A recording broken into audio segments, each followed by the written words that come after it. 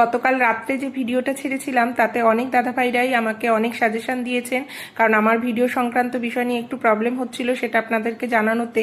তো যে সাজেশনগুলো দিয়েছেন আমি সেই মতনই কাজ করেছি। তো দেখি এই ভিডিওটা ছেড়ে যদি কোনো প্রবলেম না হয় তাহলে তো খুবই ভালো। তো বলি, আমি বরাবরই বলি যে আমার এই ফেসবুক পরিবারটা দ্বিতীয় একটা পরিবার, সত্যিই তাই। প্রত্যেকবারই আপনারা যথেষ্ট ভালোবাসা দেন এবং আন্তরিকতা দেন। তো যাই হোক, তার জন্য সত্যি আমি মানে ভীষণভাবে আপনাদের কাছে কৃতজ্ঞ।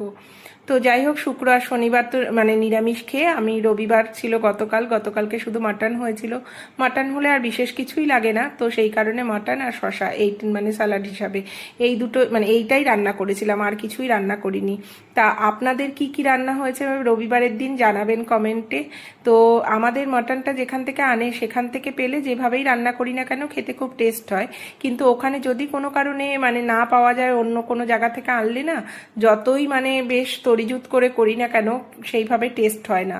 তো যাই হোক, গতকালকে মাটনটা রান্না করে যখন বলছি কেমন হয়েছে, ওরা সবাই বলল, ছেলের বাবা দুজনাই বলল যে না, খেতে খুব টেস্ট হয়েছে, আর আমার মুখেও ভীষণ ভালো লেগেছে।